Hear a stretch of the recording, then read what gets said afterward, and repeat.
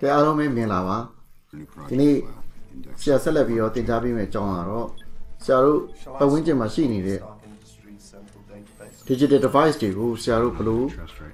khai sĩ vì đó mình biết rồi giờ là số trong này bắt đầu vì đó số này tiền biểu màဖြစ်ပါလေsẽ rồi thì robot thì cũng khai sĩ vụအတွက်ဆိုလို့ရှိရင်အကောင်းဆုံးခိုင်းစီရဲ့စနစ်ကဘယ်ဟာဖြစ်မလဲဆရာတို့အနေနဲ့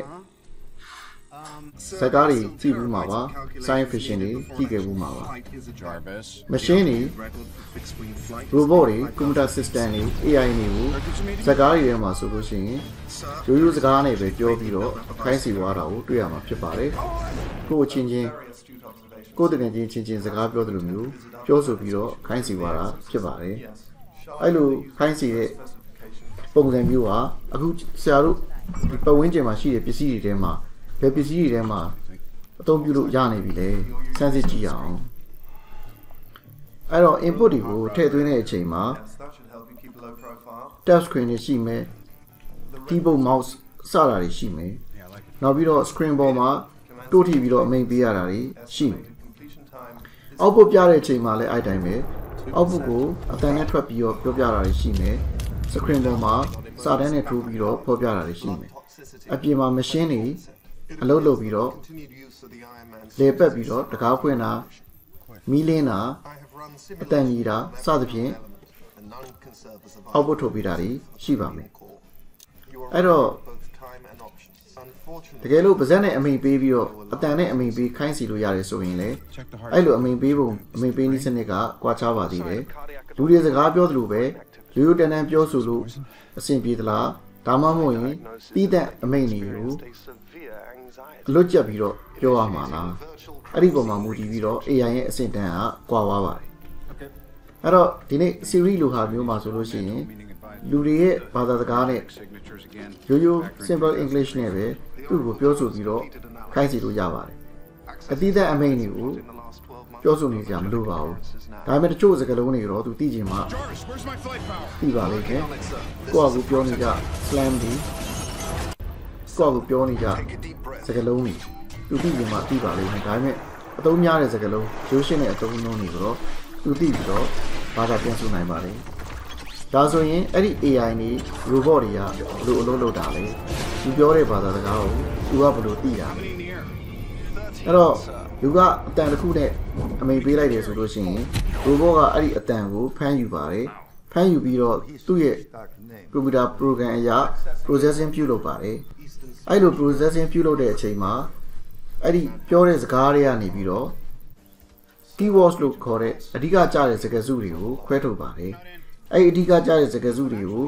အောင်မြင်အောင်ခွဲထုတ်နိုင်ပြီဆိုလို့ရှိရင်အဲ့ဒီစကားစုတွေကိုသူကစာသားအနေနဲ့ပြောင်းလိုက်ပါတယ်စာသားအနေနဲ့ပြောင်းလိုက်ပြီးသွားရင်တော့တော်တော်လွယ်သွားပါပြီစာသားအနေနဲ့ပြောင်းထားတဲ့ instruction တွေကိုသူ့ရဲ့အချက်လက်တွေနဲ့ရှာပြီးတော့မလုပ်ရမယ်ဆိုတဲ့ instruction ဖြစ်အောင်ပြောင်းပါတယ်လူကခိုင်းတဲ့ play ဆိုတဲ့စကားလုံးကို play ဆိုတဲ့ test အနေနဲ့သူပြောင်းပြီးတဲ့အချိန်မှာအဲ့ဒီ instruction ကိုသူ့ database ထဲမှာရှာပါတယ် database ထဲမှာတွေ့သွားတဲ့အချိန်မှာမလုပ်ရမယ်ဆိုတဲ့အဖြေကိုသူသိသွားပါပြီ play ဆိုရင် player ကိုဖွင့်ရမယ်အဲ့တချင်းကိုရှာရမယ်အဲ့တချင်းကိုအဲ့ player နဲ့ speaker နဲ့အတန်ထွက်အောင်ဖွင့်ပေးရမယ်ဆိုတာဒီတိကိုပြီးသွားတဲ့အချိန်မှာအဲ့ instruction အတိုင်းအတိအကျဆောင်ရွက်ပါလိမ့်မယ်တကယ်လို့ instruction ကိုမသိဘူးဆိုလို့ရှိရင် user ကိုပြန်မေးပါလိမ့်မယ်သူ့ကိုခိုင်းစီတဲ့ instruction ပေးတဲ့လူကိုပြန်မေးပါလိမ့်မယ်အဲ့ဒီတော့ဒီဆောင်ရွက်ချက်ကပထမဆုံးအတန်ကနေပြီးတော့စာသားကိုပြောင်းယူတယ် keywords ဖြစ်အောင်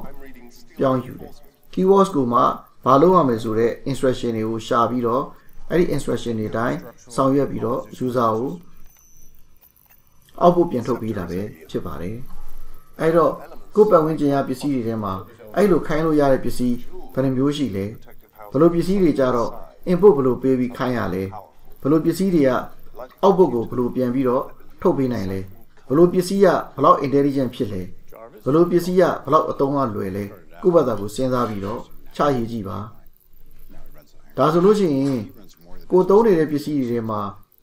ဘယ်လိုပစ္စည်းတွေကအဆင်ပြေပြီးဘယ်လိုပစ္စည်းတွေကအဆင်မပြေဘူး ဘလို့ပစ္စည်းတွေက smart ဖြစ်တယ်ဘလို့ပစ္စည်းတွေက smart မဖြစ်ဘူးဆိုတာကိုတွေ့လာမှာဖြစ်ပါတယ်ဒါဆိုလို့ရှိရင်ကိုတီထွင်မဲ့ကိုရေးမဲ့ program ကိုတီထွင်မဲ့ပစ္စည်းတွေမှာဆိုလို့ရှိရင် smart ဖြစ်အောင်ဘလို့ input နည်းစနစ်တွေကိုသုံးမလဲ smart ဖြစ်အောင် output တွေကိုဘလို့ထုတ်ပေးမလဲအခုရှိပြီးသားပစ္စည်းတွေကိုသုံးနေတဲ့ပစ္စည်းတွေကို accurate ဖြစ်အောင်ဘာလုပ်လိုက်ရင်ရမလဲဆိုတဲ့အချက်လက်တွေကိုစဉ်းစားနိုင်မှာဖြစ်ပါတယ်။ဆောင်းပွဲတွေမှာလူတွေမေးတဲ့အချိန်တွေမှာဒီလိုအချက်လေးတွေကိုအမေးမြန်းခံရနိုင်ပါတယ်။ဒါတွေအတွက်ကိုကြိုတင်ပြင်ဆင်ထားပါရေးသားထားပါဖြစ်နိုင်ရင်မြန်မာလိုရော English လိုရောချရေးထားပါဖြစ်နိုင်လို့ရှိရင် presentation လုပ် PowerPoint ပြင်ပြီးတော့ဖြစ်နိုင်လို့ရှိရင် video ပါအတန်သွင်းအဲ့လို presentation တွေနဲ့